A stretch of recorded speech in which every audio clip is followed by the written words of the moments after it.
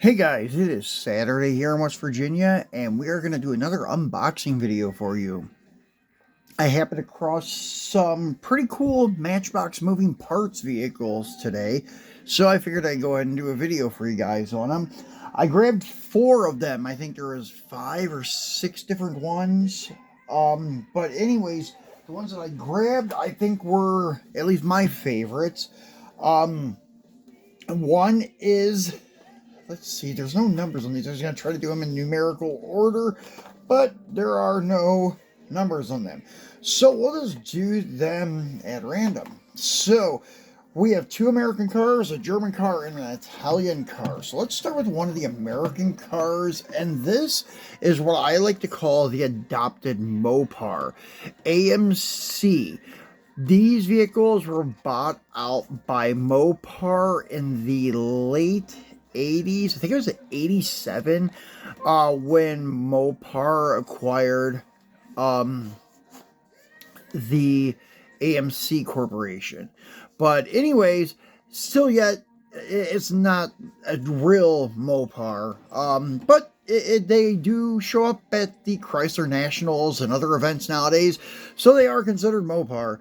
And the name that held over from AMC was Jeep, and sure enough, Jeep is still a very active member of the Mopar Corporation, along with Chrysler and Dodge and their Italian counterpart Fiat, which I don't consider a Mopar, but that's me. Anyways, guys, this is a really cool 1970 AMC Javelin with an opening hood. This was a new casting for this year, and this is something that is good, but it concerns me as a collector. These cars are made from recycled material. And they are supporting the bioeconomy, which is great, but the people that buy these cars for longevity and want to pass them on to their kids and such, how are these going to hold up? They do say that they are guaranteed for a lifetime, was designed for a lifetime, they say. Hot Wheels says guaranteed for a life. But yeah, I'm just a little bit concerned about the alloy, how it is constructed and such. I just want to know if these things are going to start having zinc rot in just a couple of years. We're just going to have to wait and see, because this is the first year for this stuff here. So I'm not sure if it's just on the moving parts or if they're doing it on everything Matchbox is making nowadays. So hard to say. But anyways, looking at the back of the car, there's really nothing on here, just some licensing stuff. And as you can see, it is a licensed product of Chrysler, so it is part of the Chrysler Corporation now, and it states it's made from recycled metal and so forth, and it should be fine, I think. But I don't know, I've had some issues with zinc rot before, so let's go ahead and get this guy open. It's been a while since I opened one of these, so we'll just pull up one of these tabs here, and let's see, the other tab should just flip down now, I think. Yeah, there we go. And the little one's open here, and then this little insert slides out. They're not using any more like blister style plastic on this specific series. And oh, that's cool. They got the area where you can push the car out, I guess, is what that was intended for. Man, these things are really, really in there, too. I hope it didn't bend the axle.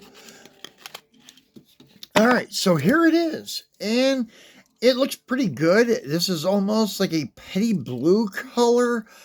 I don't know. There's something about it that doesn't look right. I don't know if it's the B-pillar or the wheelbase. But anyways, the grill looks good. Kind of. There's no headlight detail at all. And the grill doesn't have any kind of vertical or horizontal marks on it. It is just flat chrome. It looks like I don't know, like a pro stock car or super stock car that they would take out the grill and put in aluminum panels for lighter weight and that block out the headlights and paint them either silver or leave it the aluminum finish so they look silver, or they would paint it body color. That's what that reminds me of. The hood does open, and you do have a decently detailed engine compartment in there. It's not bad at all, actually. And it has the Javelin name on the hood edge there. You have your fender badges for, I think it is a 390, yes. And your pinstriping and such things like that. And your marker lights. And the rear does have nice detail with the tail light and such. And the rear bumper is chrome, which is a nice feature. I wish these had rubber tires, though. Although these wheels and tires don't look too bad. I don't know if it's a two-piece plastic or it's just detailed one-piece wheels from Matchbox, but they look pretty good. They're as good as like the, trying to get that little extra flick up. There it goes. The same like quality or look of wheel as the Hot Wheels semi-premium stuff with the two-part plastic wheels with die-cast body and chassis. These are not die-cast chassis, though. These are plastic base. And yeah, you can see 2023 copyright date, so it is a new model.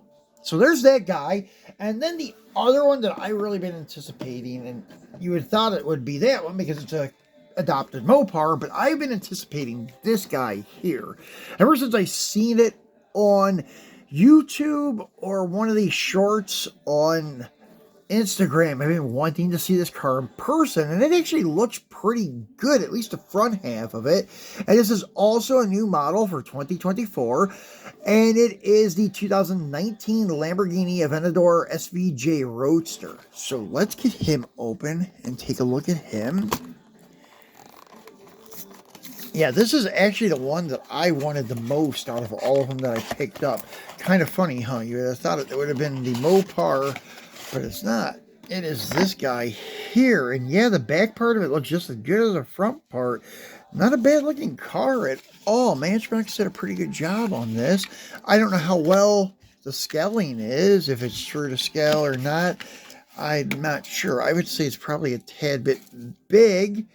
But that orange color is beautiful. I forget the name of it, but it was on some of the Huracans that I had from Mini GT, and it looked good. Yeah, you can kind of see how the paint's laying down on the door here. It's not like smooth. It's kind of like scratchy looking, but that's not in the paint. That's actually in the casting itself. That's what's kind of got me concerned about this, that the metal may be kind of porous and cause some zinc rot. But anyways, cool car. See how the doors open up? Not sure if they slide out and then up. Sometimes they do that. No, just, yeah, it doesn't pull out at all. Just goes up a little bit there. The scissor door. Pretty cool, though. I do like it. Yeah, sometimes, like, some cars that have the scissor doors to cab models, their doors will slide out a little bit to clear, but it looks like it's clearing everything okay. And nice rear detail. It does have a little bit of tail light detail there.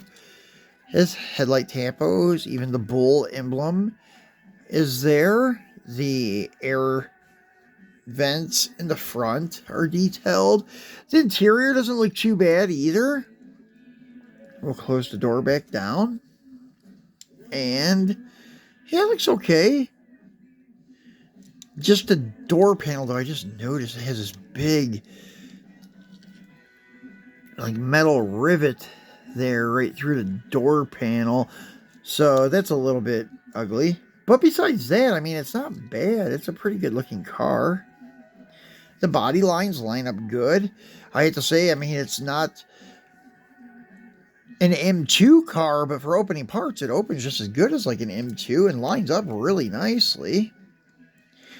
So, but I don't know, the metal itself looks a little bit grainy on this one. The Javelin, I don't know, wasn't that bad. But this one ain't too bad either. Nice looking car, actually. For the money, it's $3, so it's not too bad. And then moving back to another American vehicle. This is one that I've been anticipating too, actually more so than the Javelin. It is also another brand new casting for 2024. It is a 1978 Ford Bronco, and this one looks to be pretty close to like accurate scale size. I'm just guessing on that. I can't say it's 100% accurate, but it doesn't look too bad though, actually. Nice look with the blue and white two-tone, the silver side molding and such. Looks really good. Yeah, not a bad looking vehicle at all, but lacking front end detail. Another one with a lot of chrome in the front with no detail, just like the Javelin. Now back here it looks good. Tail light detail, and you got your emblem and tailgate handle there. And I was going to see if that pulled off, but I don't think it does. You do have an opening hood on this guy. And the engine detail is really nice, actually. For a $3 truck. Not bad. The wheel and tire choice on this, even though they're plastic, look good. I did something I forgot to point out on the Lamborghini. It actually looks pretty good too. I've always liked these larger 5-spokes from Matchbox. They fit on a lot, or they suit a lot of cars, I should say. It makes it look really good. This wheel and tire choice for the Bronco, or I should just say wheel choice, because it isn't wheel and tire, it's just a one piece, but it looks really good for this vehicle. Not bad. And then last but not least is one that has been around for a while. It's not a new casting like these three. This is an older casting, the 1965 Volkswagen 1600 TL Fastback, and it has opening doors. And let's get him out of here and take a look at him.